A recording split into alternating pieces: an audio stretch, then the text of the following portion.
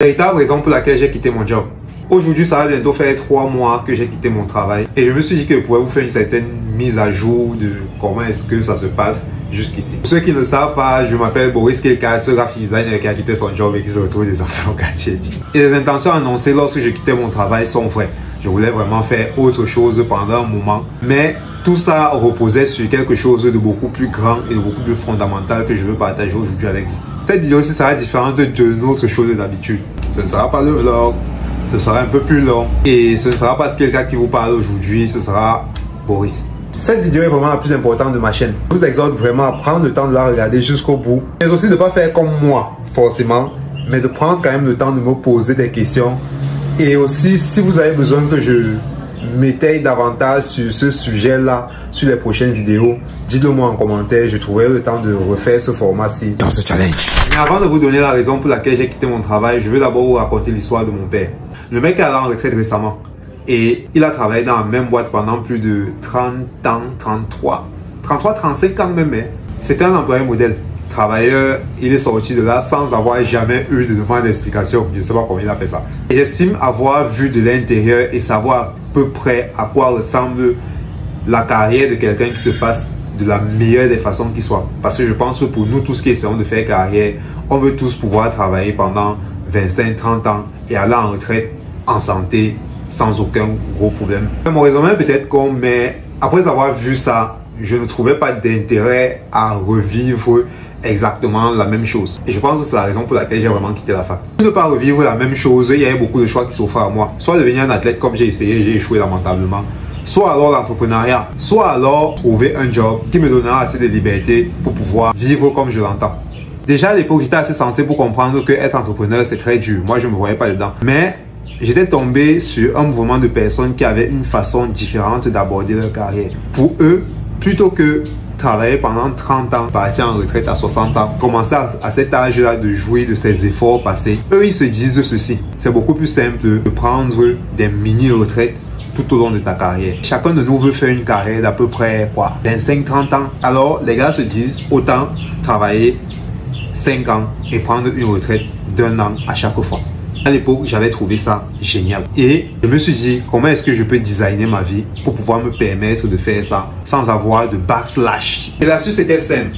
Plutôt que reposer toute sa carrière sur une entreprise ou alors sur un job description ou alors sur un poste, c'était beaucoup plus optimal de reposer toute sa carrière sur un skill, sur des aptitudes. Pour la simple raison qu'ils se disent que tant que tu es performant et tant que tu montes en aptitude, tu vas toujours trouver une boîte qui voudra de toi. Et l'autre point que j'avais trouvé super intéressant dans leur façon de penser, c'était le fait de se dire que le nous de maintenant a des goûts différents du nous de 18 ans. La carrière que nous vivons actuellement qui est conditionné par les choix qu'on a fait à 18 voire même 14 ans, parce que le simple fait de choisir séries scientifiques ou séries littéraires conditionner nos choix de carrière actuels sont peut-être pas ceux dans lesquels on voudrait rester.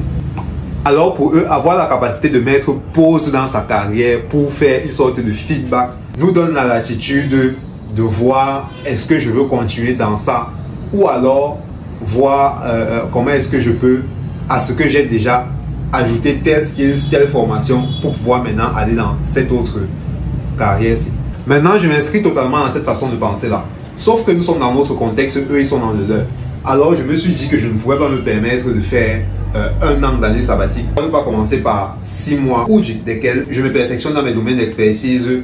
J'explore 2-3 autres couloirs, si on peut dire ça comme ça. Et ensuite, si ça ne marche pas, je pourrais toujours revenir dans le monde du travail.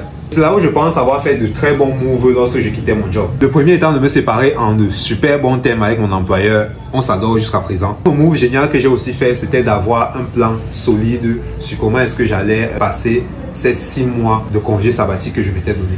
Mais aussi après ma démission, je me suis retrouvé en train de faire de mauvais moves. Pour la simple raison que je pensais avoir tout le temps du monde et que je n'avais pas besoin d'argent parce que je suis au quartier. Ce qui fait en sorte que j'étais disponible pour aider tout le monde et j'acceptais tous les projets qui pouvaient m'arriver sur la gueule. Parce que je pensais que j'avais tout mon temps libre. Je facturais super mal. Parce que je pensais que je n'avais pas besoin d'argent. Et sur les 2 derniers mois, si je me suis retrouvé en train de revivre, travaillant comme si j'étais à l'agence, à la maison. L'objectif c'était juste de chiller sur les 6 prochains mois. Et ensuite, retrouver un autre travail pour sortir de là. Quoique si ma vie d'influenceur prend d'ici là, j'aurais pas besoin de retrouver du travail à ce moment-là. Et en parlant d'influence, cette vidéo vous est offerte par Cashless de Camtel. Et avant de vous dire ce que c'est que Cashless, je vais vous dire pourquoi je me sens super honoré d'avoir une série de vidéos sponsorisées par Camtel. Premièrement, d'abord, c'est les dos. Ça me permet de payer mon loyer pendant quelques temps et de manger en étant au quartier. Et de deux, la boîte dans laquelle mon père a fait ses 30 ans de carrière, c'était Camtel. Depuis petit, j'ai vécu Camtel passer de Intercam à Camtel, puis Blue.